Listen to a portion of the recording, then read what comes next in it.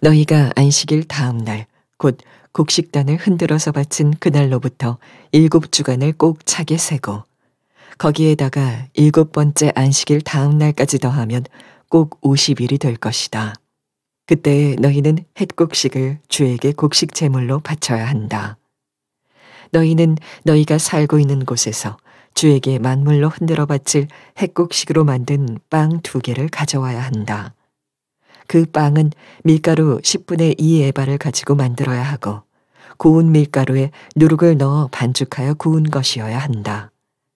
바로 그날에 너희는 모임을 열어야 한다.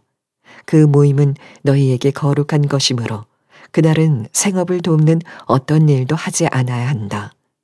이것은 너희가 사는 모든 곳에서 대대로 길이 지켜야 할 규례이다. 너희가 밭에서 난 곡식을 거두어 드릴 때에는 밭 구석구석까지 다 거두어 드리지 말고 또 거두어 드린 다음에 떨어진 이삭을 줍지 말아라. 그 이삭은 가난한 사람들과 나그네 신세인 외국 사람들이 줍게 남겨두어야 한다. 내가 주 너희의 하나님이다. 네, 오늘은 우리 맥주 감사 주일입니다. 우리 2023년도에 벌써 전반기가 지나가고 이제 하반기가 시작이 되었습니다. 여러분들은 지난 전반기를 돌아볼 때에 어떠한 감사의 제목이 있으십니까? 매년 우리가 맥주 감사를 드리지만 종종 이런 질문을 받아요.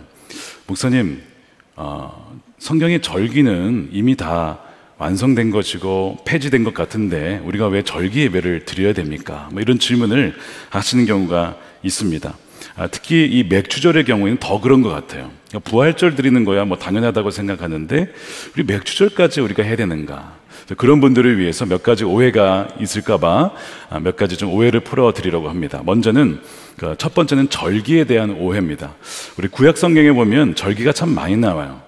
유월절, 무교절, 초실절, 그다음에 오늘과 같이 맥주절, 또 칠칠절이라고도 하고, 그다음에 대속제일, 그다음에 수장절, 또 다른 표현으로는 장막절, 초막절. 듣기만 해도 복잡하시죠, 여러분? 굉장히 많은 절기가 나옵니다.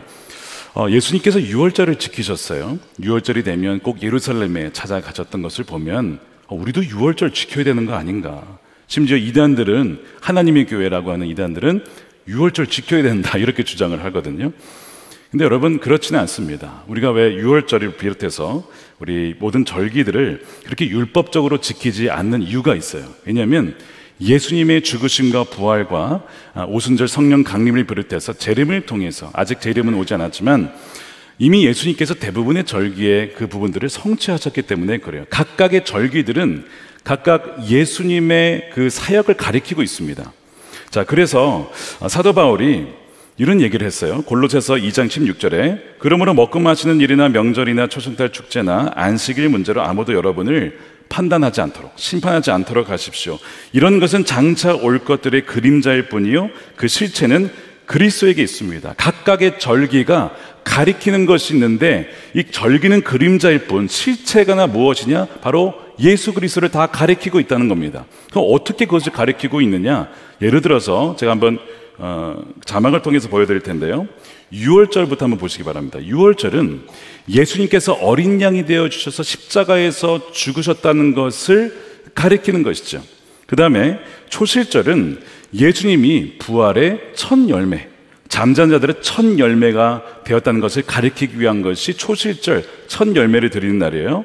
오순절 혹은 오늘 우리가 드리는 맥주절, 칠칠절이라는 것은 예수님께서 그 바로 약속하신 그리스도의 영 성령을 보내주신다, 성령의 강림을 말하고 교회의 탄생을 가리키고 있고, 나팔절은 예수님께서 공중에서 재림하실 것이다. 또한 대속제일은 히브리서에 나와 있지만 대제사장이신 예수님께서 단번에 자신을 드림으로써 그 모든 속죄를 이루셨고 이스라엘의 구원도 결국에는 이루어질 것이다라는 것을 보여주고요. 수장절 혹은 장막절, 초막절은 예수님께서 이제는 온 세상의 왕으로서 오셔서 알곡들을 곳간에 들이시고 구원자들을 이렇게 모으는 거죠. 그리고 온 세상을 통치하실 것이다. 장막이 되어주실 것이다. 이것을 가리키는 것들이에요. 그러니까 모든 절기가 다 누구를 가리키고 있어요? 예수님을 가리키는 거예요. 그러니까 엠마오의 그 제자들한테 예수님 뭐라고 했습니까? 성경의 이 모든 것들이 다 나를 가리켜 증언하고 있는 것을 너희가 알지 못하냐, 이러면서 성경을 풀어주실 때 제들의 마음이 뜨거워지지 않았습니까? 그러니까 우리가 절기를 지키는 것은 율법을 지키는 것이 아니고 그 의미, 바로 예수님의 죽으심과 부활과 재림과 그 성령 강림을 비롯해서 마지막에 대추수, 그날을 우리가 믿음으로 바라보고 우리가 믿음을 준비하자, 신앙을 준비하자라는 의미에서 절기 예배를 드리는 것입니다. 두 번째 오해는 첫 열매에 대한 오해가 또 하나 있어요. 성경에 첫 열매를 드리라고 했을 때 보리의 첫 열매와 밀의 첫 열매를 구별하고 있습니다. 예를 들어서 우리가 보통 보리의 첫 수확, 첫 열매를 드린다고 했을 때는 보리의 첫 수확을 말해요. 이게 가장 첫 번째 열매거든요. 그 시기는 언제냐? 레위기 23장에 보면 너희는 주가 주는 그 땅으로 들어가 곡식을 거둘 때 너희가 거둔 첫 곡식단을 제사장에게 가져가야 한다는 말씀이 나오죠. 이거는 보리의 첫 열매를 말하는 거예요. 시기적으로는 언제냐면 6월절 그 다음에 안식일, 무교절이 시작되거든요. 그 다음에 초실절이라고 그래요. 이게 첫 열매 드리는 날이거든요. 이게 보리의 첫 열매를 드리는 날입니다. 근데 초실절이 뭘 가리킨다고 했습니까? 죽은 자들의, 잠잔 자들의 첫 번째 열매, 부활하신 예수님을 가리킨다고 말씀드렸죠. 그래서 고린도전서에 보세요. 15장 20절에 그러나 이제 그리스도께서는 죽은 사람들 가운데 살아나셔서 잠든 사람들의 첫 열매가 되셨습니다. 그리고 23절에 보십시오. 첫째는 첫 열매이신 그리스도요. 그러니까 이 보리의 첫 열매, 이 초실절에 예수님이 부활하심으로써 내가 바로 부활의 첫 열매다. 그리고 너희들도, 나에게 속한 자들은 다 그날이 되면, 주님이 다시 재림하시면 부활을 얻게 될 것이다 라고 하는 것을 이미 보여주고 있는 것입니다. 그러나 성경은 또한 미래 첫 수확을 말씀하고 있어요. 그것을 기념하라고 말씀합니다. 그것이 우리가 오늘 지키는 맥주감사 주일의 근거가 되는 구절이에요. 그것은 언제냐?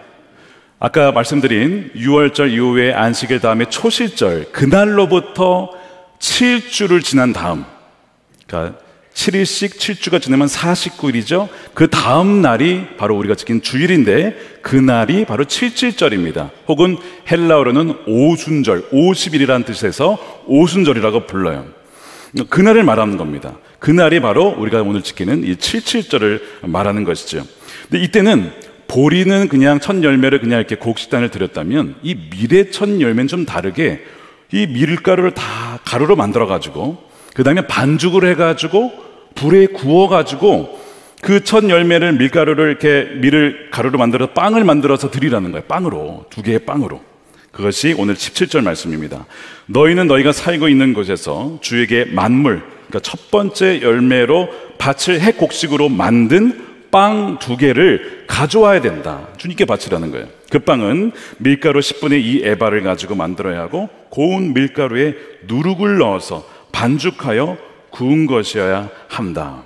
왜 첫 열매, 이 보리의 첫 열매를 드리는 방식과 밀의 첫 열매가 다를까요? 왜냐하면 보리의 첫 열매가 가리키는 것은 예수님의 부활을 가리키는 것이고 밀의 첫 열매가 가리키는 것, 바로 이 두 빵이 의미하는 것은 교회를 말합니다. 유대인과 이방인이 그러나 예수 그리스도의 십자가의 보혈로 성령으로 이제는 하나가 되어서 이제는 그 한 몸이 된 교회를 상징하기 때문에 그래요. 그래서 오순절 날 성령이 임하여서 불과 같이 임하여서 유대인과 이방인들을 위해 임하면서 그들이 이제는 더 이상 민족으로 인종으로 나눠지는 것이 아니라 예수 그리스도라는 이름으로 하나의 한 교회가 된 것이죠. 그 사도행전 2장 1절이에요. 오순절이 되어서 모두 한 곳에 모여 있었다. 그때 갑자기 하늘에서 세찬 바람이 부는 소리가 나더니 그들이 앉아있는 온 집안을 가득 채웠다. 그리고 불길이 솟아오를 때 혓바닥처럼 갈라지는 것 같은 혀들이 그들에게 나타나더니 각 사람 위에 내려앉았다. 그들은 모두 성령으로 충만하게 되어서 성령이 시키는 대로 각 방언으로 말하기 시작했다.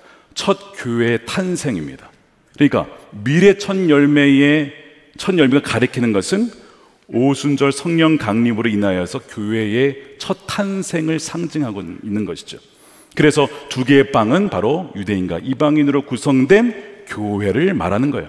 누룩이 들어갔다는 것은, 누룩은 죄를 말하는데 우리가 죄인이죠. 우리 다 죄인 아닙니까? 죄인이긴 하지만 성령의 물과 성령의 기름으로 반죽이 되어서 불에 구워서 그 모든 것을 다 태워서 이제는 하나님의 백성이 된 바로 교회를 말하는 거예요. 그러니까 이미 레위기에 이 교회의 탄생을 이미 이 모형으로 그림자를 통해서 보여주고 있었던 것입니다.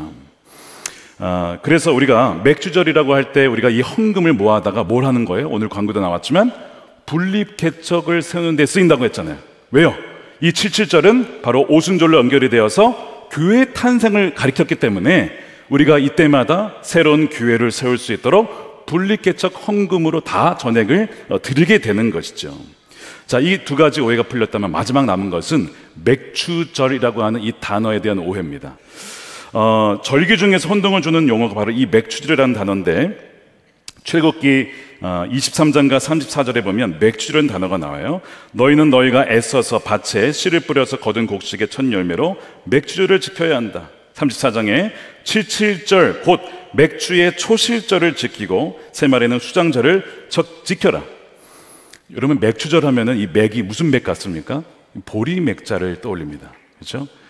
맥주 할 때 그 맥이 그 보리 맥 아닙니까? 저는 뭐 잘 마셔보지 않아서 모르겠지만 그 맥이 그 맥이란 말이에요. 그러니까 맥추절 하면 보리를 떠올려요. 근데 말씀드린 대로 보리의 첫 열매는 초실절이라고 그랬고 우리가 오늘 지키는 맥주일 감사주일은 밀의 첫 열매라고 했잖아요.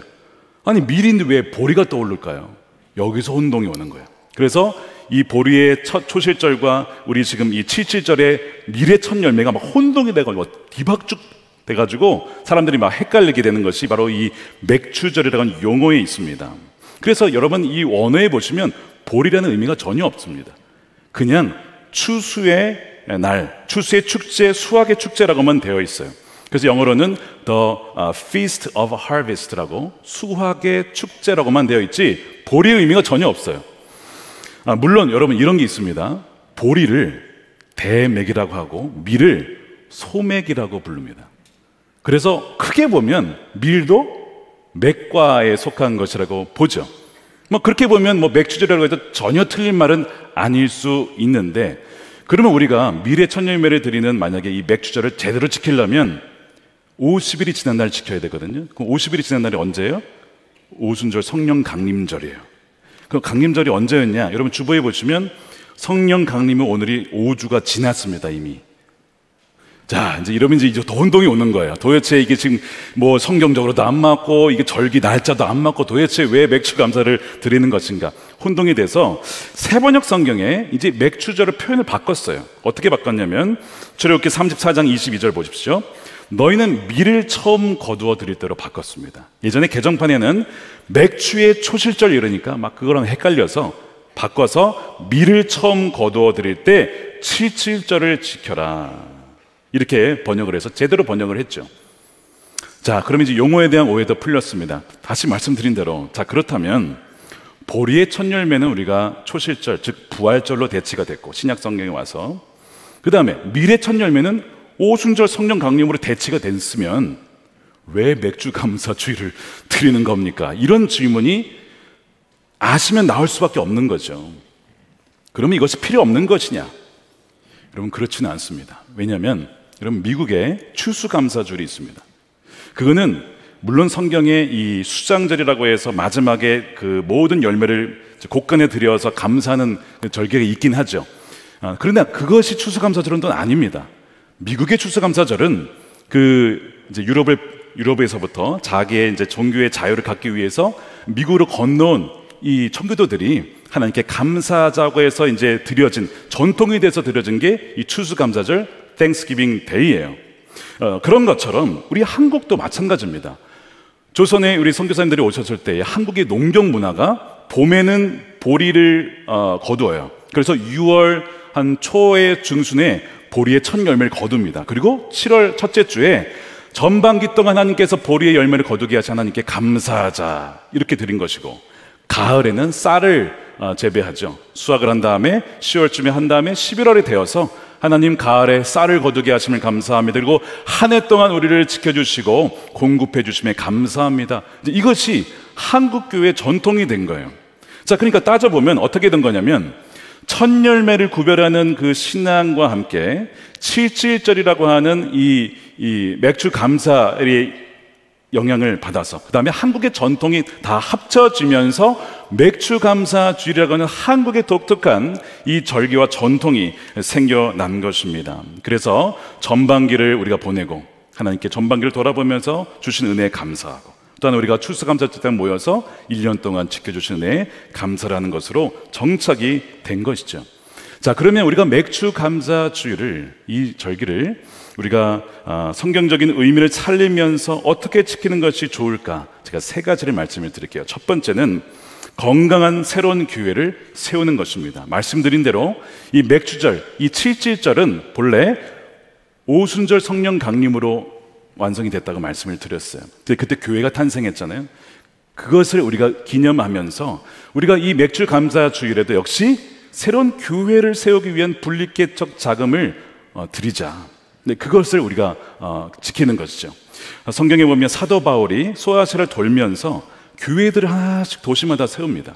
그러니까 한 교회를 크게 키우는 게 보다는 도시마다 교회를 세워서 그 소아시아 전반적으로 이 하나님 나라가 세워질 수 있도록 하는 방식으로 선교를 했단 말입니다. 마찬가지로 하나의 교회가 성장하는 것 너무 중요하지만, 그러나 도시마다 건강한 교회가 세워질 수 있도록 돕는 것이 사실 굉장히 성경적인 방식입니다. 그래서 우리가 오늘 드려지는 이 모든 맥주 감사 헌금을 모아서 분립개척을 해서 더 건강한 교회가 세워질 수 있도록 돕고자 하는 것입니다. 두 번째는 오늘 본문에 나와 있듯이 가난한 사람들과 나그네 외국인들에게 우리 가진 재정을 베푸는 거예요. 자, 오늘 말씀에 보면 너희들이 거둔 첫 열매를 하나님께 빵을 구워서 이렇게 드리는 것과 별도로 추수를 할 때 귀퉁이 다 그거 추수하지 말고 떨어진 이삭 다 줍지 말고 가난한 이들을 위해서 남겨둬야 된다라고 말씀을 하죠. 그것이 22절이에요.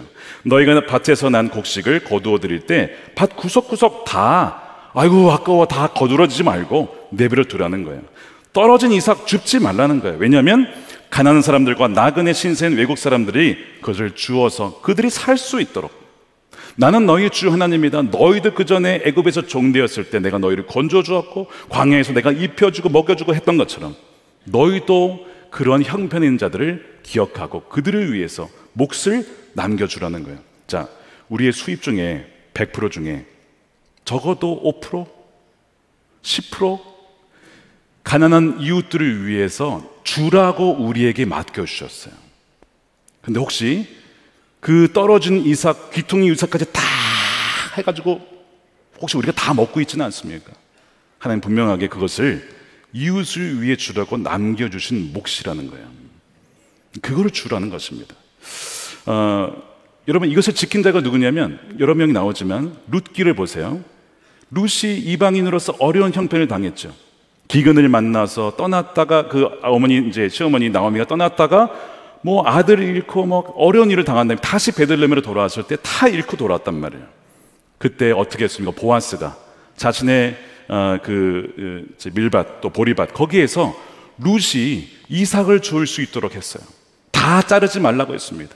그래서 이 보리의 첫 추수부터 밀의 추수 이르기까지 그 전 기간이 바로 이 룻이 와서 일할 수 있도록 그렇게 배려를 해준 거예요. 그래서 거기에서 이삭을 주워다가 아주 풍성히 부어줘. 일부러 막 이삭을 흘렸죠. 막 그래가지고 더 담을 수 있도록. 그렇게 해서 룻과 나오미가 살아남았단 말입니다. 그러니까 룻은 어마어마한 은혜를 받았지만 돌아보면 이 은혜를 베푼 보아스도 엄청난 은혜를 받았어요. 왜냐하면 결국 그렇게 돼서 룻과 결혼을 하게 되는데, 그래서 누구의 조상이 되는 거예요? 다윗의 조상이 돼요. 또한 그리스도가 그들의 가문을 통해서 예수님께서 오신단 말입니다. 아, 가난한 자들을 위하여 그렇게 배려했던 그 보아스의 그 마음을 보시고 하나님께서 바로 그 가문을 통해서 다윗도 보내주시고 그 왕, 유다의 왕가가 이어지게 하시고 예수 그리스도가 오게 하시는 그 은혜를 주셨구나. 우리가 정말 하나님께 감사하다면 첫 열매를 드린 것 동시에 우리의 이웃들을 위해서 흘려보내야 될 그 몫을 마땅히 보내드려야 된다는 거예요. 어떻게 드릴 수 있느냐? 우리 헌금에 보면 구제헌금, 장학헌금이라는 게 있어요. 교회에 지금 교구별로 어려우신 분들을 위해서 그 교회 예산을 가지고 그분들을 도와드리고 있습니다. 또한 봄과 가을에 교회 장학금을 우리 아이들에게 주는데요. 우리 정말 가난한 형편에 있는 아이들이 있어요. 공부하고 싶지만 돈이 없는 거예요. 그러면 아르바이트를 해야 되는데, 여러분 아르바이트를 해도 그 장학금을 다 채울 수가 없습니다. 생활비 정도만 되는 거예요. 또한 선교사님 자녀라든가 목회자, 가난한 목회자의 자녀들, 공부하고 싶지만 공부할 수 없는 학생들을 선별을 해서 그 학생들에게 장학금을 봄, 가을로 지급을 해요. 그 어디서 오겠습니까? 장학 헌금으로 나온 그 헌금으로 그 아이들에게, 학생들에게 장학금을 주고 있는 것이죠. 그리고 구제 헌금도 마찬가지예요. 그러니까 지금 여러분들이 물론 개인적으로 이렇게 도울 수도 있죠. 그것도 귀한 일이지만 개인적으로 도울 때 사람이 이런 마음이 있어요. 내가 도왔다, 그런 마음이 들거든요. 그러니까 교회를 통해서, 하나님은 아시잖아요. 그러니까 교회를 통해서 듣게 되면 내 이름은 드러나진 않지만 하나님께서 그 어려운 이들을 도울 수 있게 하시고, 하나님은 그 드린 자들을 기억하시고 보아스에게 주신 은혜와 같이 그 사람들에게도 넘치는 은혜를 부어 주신다는 거야. 나 여호와 하나님이다 라고 말씀을 하신 것이죠. 자, 이것이 두 번째 제안이고요. 세 번째는 첫 열매를 통해서 온전한 열매를 주시리라 믿고 감사하는 것입니다. 이게 첫 열매의 신앙이에요. 하나님께서 우리의 삶에 작은 열매를 주셨을 때 이것을 기억하고 감사하면 너가 첫 열매에 감사했니? 그러면 이것만이 아니라 앞으로 다가오는 열매들을 계속 주어서 온전한 열매, 풍성한 열매까지 내가 줄 거야. 하나님께서 그 약속을 하고 계시는 거죠. 그래서 예수님께서 잠든 자들의 첫 열매가 되셨다면, 그것을 믿는다면 예수님을 믿는 이들도 동일하게 죽음이 마지막이 아니라 부활을 통해서 둘째 사망을 겪지 아니하고 너희도 부활의 열매를 얻게 될 것이라고 약속하셨습니다. 그런데 이 첫 열매를 드리는 원리가 우리의 신앙생활 그리고 우리 삶 전반 가운데 적용되는 원리예요. 예를 들면 이런 겁니다. 사도 바울이 빌립보 교회를 세운 다음에 나중에 편지를 이제 쓰는데요. 빌립보 성도들이 복음을 받아들이고 이제는 그 복음을 증거하는 자가 된 거예요. 얼마나 감사해요.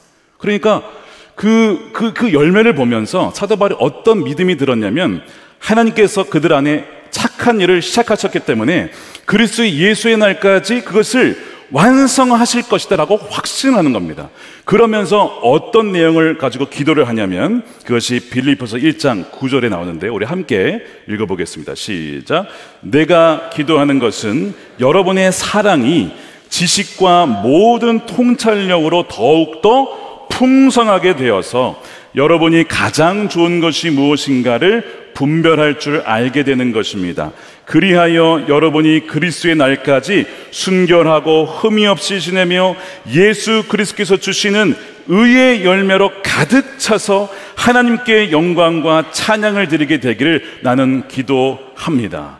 확신 가지고 기도하는 거예요. 반드시 그렇게 될 것을 믿어지니까 그 확신 가지고 지금 이 성도님들을 위하여서 사도 바울이 기도하는 것이, 이것이 바울의 맥주절 첫 열매 신앙인 것입니다. 바로 여러분들에게도 이러한 믿음이 있기를 축복합니다. 하나님이 주신 작은 것에 감사할 때, 하나님께서 이것만이 아니라 완전한 열매를 맺게 하실 거구나 라는 그 믿음으로 나아갈 때 주님이 기뻐 여기시고 정말 그렇게 이루신다는 것이죠.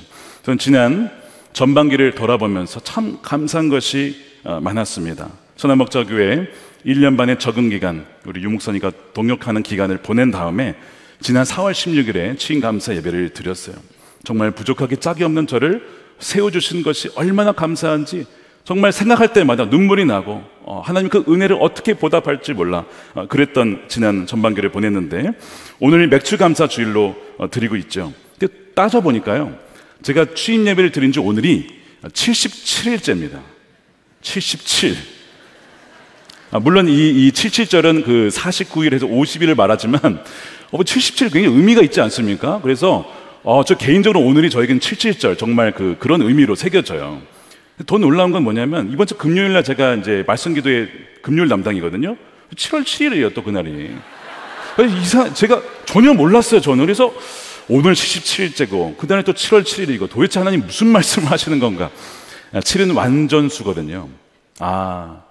전반기 동안 주신 그 은혜들이 그게 끝이 아니고 완전하게 내가 이룰 거야 라고 하는 그런 믿음이 저에게 주어졌습니다. 어떤 열매가 있는가 돌아보니까 몇 가지가 있는데, 첫 번째는 하나님께서 강하고 담대한 마음을 주셨어요. 제가 사실 그 모세가 죽은 다음에 떨고 있었던 그 여호수아처럼 많은 두려움이 있었습니다. 내가 잘할 수 있을까? 내가 잘 감당할 수 있을까? 근데 여호수아서를 제가 말씀을 준비하고 주중에 묵상하고 하면서 너무나 분명한 말씀을 계속 주시는 거예요. 내 평생에 너를 능히 대적할 자가 없으리니 내가 모세와 함께 있었던 것 같이 내가 너와 평생 함께 할 것이다. 그러므로 내가 너를 떠나지 아니하며 버리지 아니하리니 강하고 담대하라. 두려워하지 말라. 놀라지 말라. 내가 어디로 가든지 내 하나님 여호와가 너와 함께 하느니라. 이 말씀이 저에게만 좋겠습니까? 여러분 모두에게 주신 말씀 아닙니까? 그러니까 그게 너무 믿어지니까 얼마나 감사한지 몰라요. 그러면서 정말 주님이 떠나가시거나 함께하지 않으면 말도 못한다는 거 제가 말씀드렸잖아요. 목소리도 안 나와요. 얼마나 감사한지 그걸 깨닫게 하신 게.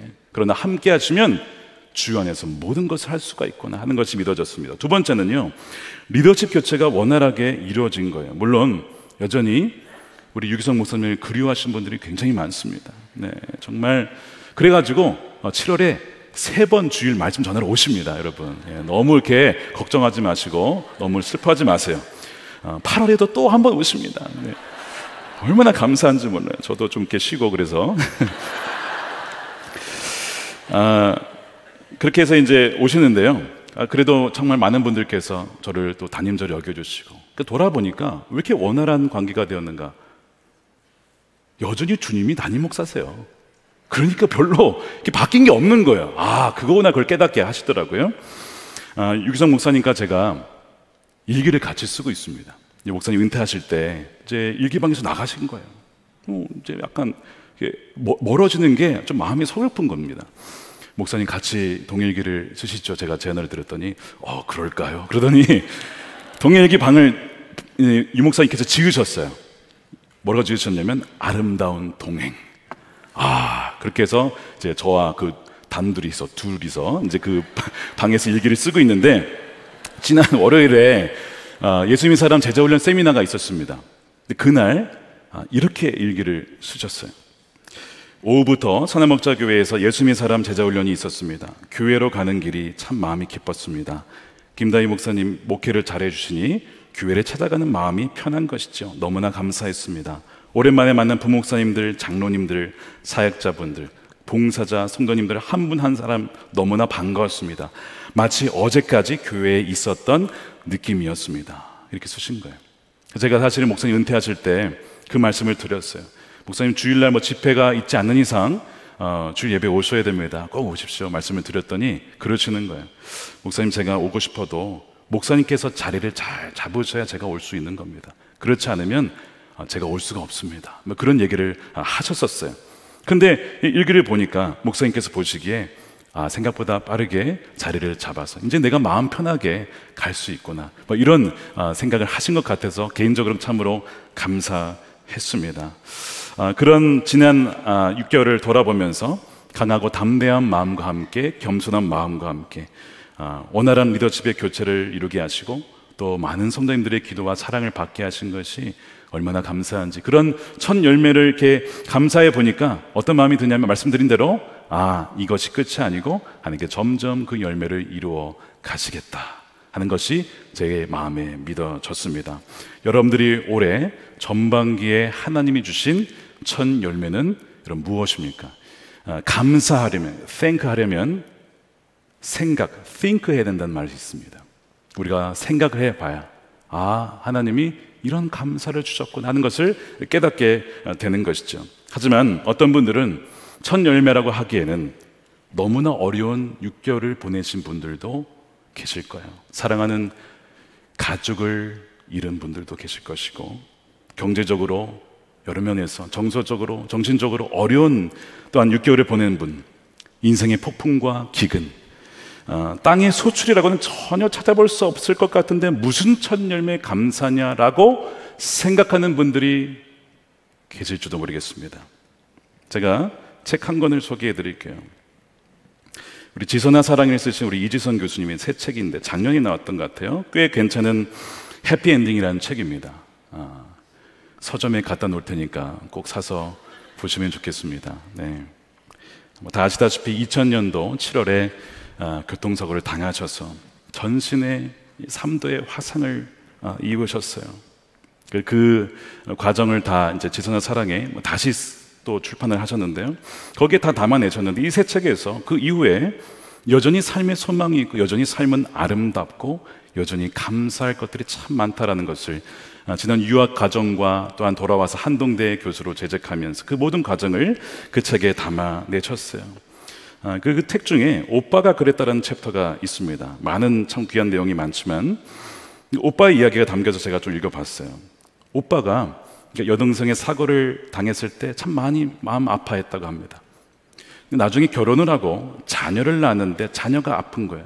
그러니까 자녀의 아픈 모습을 보니까 내가 오빠로서 여동생을 향했던 그 아픈 마음도 컸지만 이 자녀를 향한 그 아픔은 이게 말할 수 없는 아픔이었다는 것이죠. 그러면서 본인의 그 자녀 이야기를 거기에 담아놨어요. 그 오빠가 셋째 딸을 낳았는데요, 아기범의 왼쪽 손목부터 팔꿈치까지 큰 점이 있더랍니다. 선천성 거대 색소 모반증이라는 것이 있다고 해요.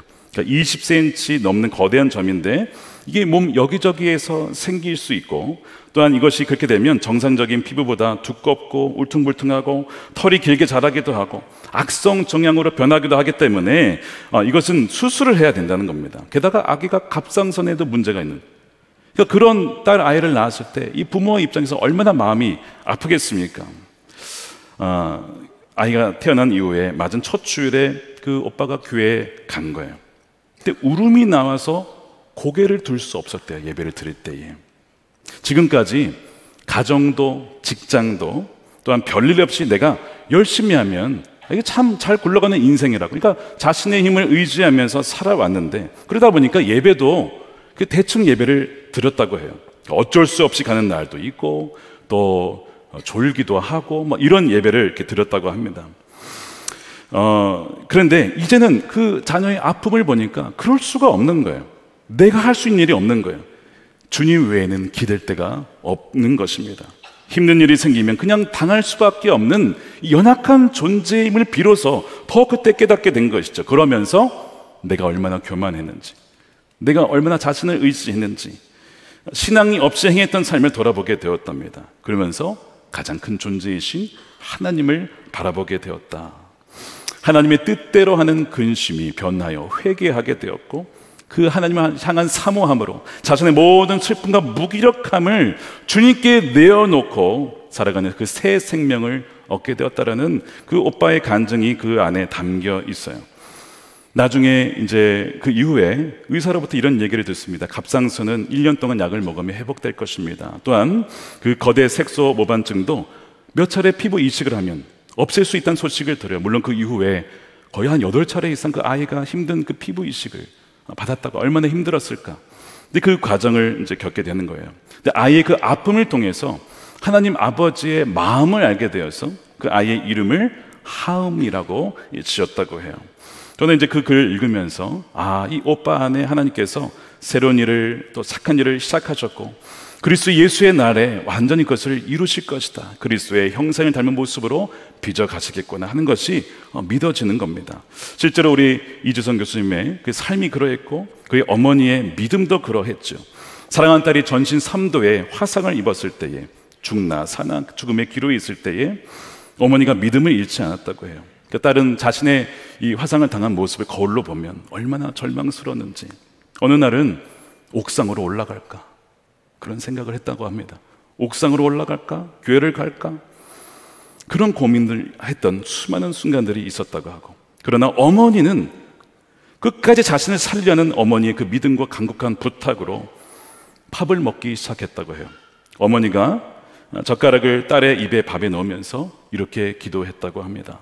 하나님, 에스겔 골짜기 마른 뼈들에게 살을 입히시고 힘줄과 가죽 덮으시고 생기를 불어 넣으신 것처럼 이 밥이 우리 지선이의 살이 되고 밥이 되게 해주십시오. 그 믿음으로 딸에게 밥을 먹였던 그 순간들, 어머니라고 힘들지 않았을까요?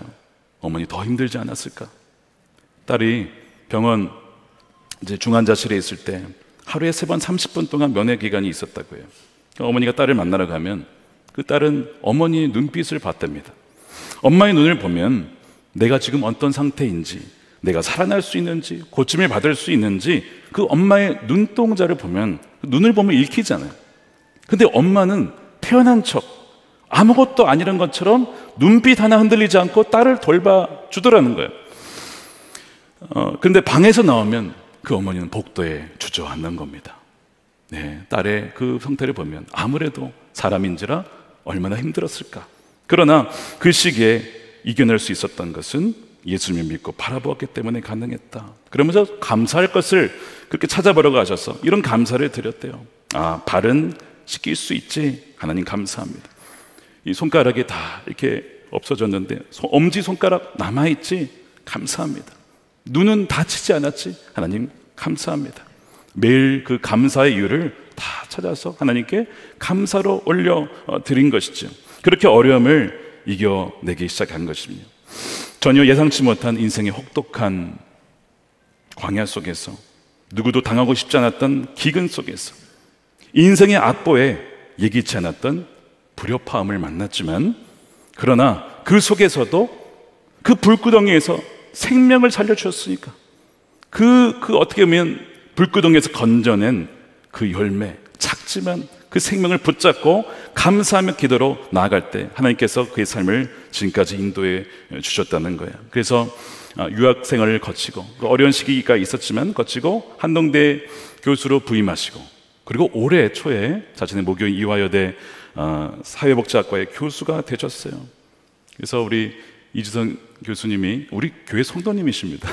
네, 아마 산부 예배 어디 오셨을 것 같은데 가족이 다 오셨을 것 같아요. 근데 뵈었을 때 너무 기뻐해서 이렇게 보통 자기가 좋으면 표현한답니다. 아싸라비아 하고 좋아한다고, 하나님께서 감사할 수 있는 그 표현들을 하고, 그러면서 그 책에 이렇게 표현을 했어요.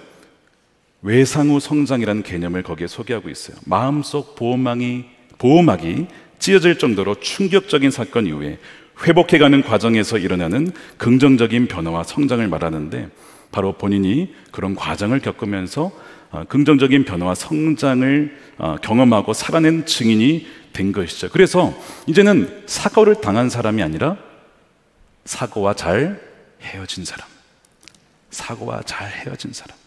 나는 영원히 피해자가 아니라 이제는 사고와 잘 헤어지고, 이제는 그와 같은 어려움을 겪은 이들을 돕고 가르치고 세워나갈 수 있는 하나님께서 그 위치에 세워주신 것이죠. 그 어머니, 우리 심정 장로님, 우리 올로 장로님이신데요, 그 어머니의 믿음도 너무 귀하시고, 그 오빠도 제가 알기로는 올해 우리 교회 속장님이 되셨습니다. 그렇게 또한 교회에서 섬기시고, 또 아버님도 함께 우리 예배 나오시는데요, 너무나 귀한 그 감사로 그 고난을 이겨낸 산 증인들이십니다. 이 책의 제목이 꽤 괜찮은 해피엔딩이라고 말씀드렸는데, 원래 뒤에 이런 내용이 생략된 거랍니다. 꽤 괜찮은 해피엔딩을 향해 가고 있다. 주님께서 그녀의 삶을 그렇게 하나하나 인도해 주셔서 폭풍을 지나고 기근을 지나고 어려움이 다 있었지만, 내 인생이 동굴이 아니고 터널이구나.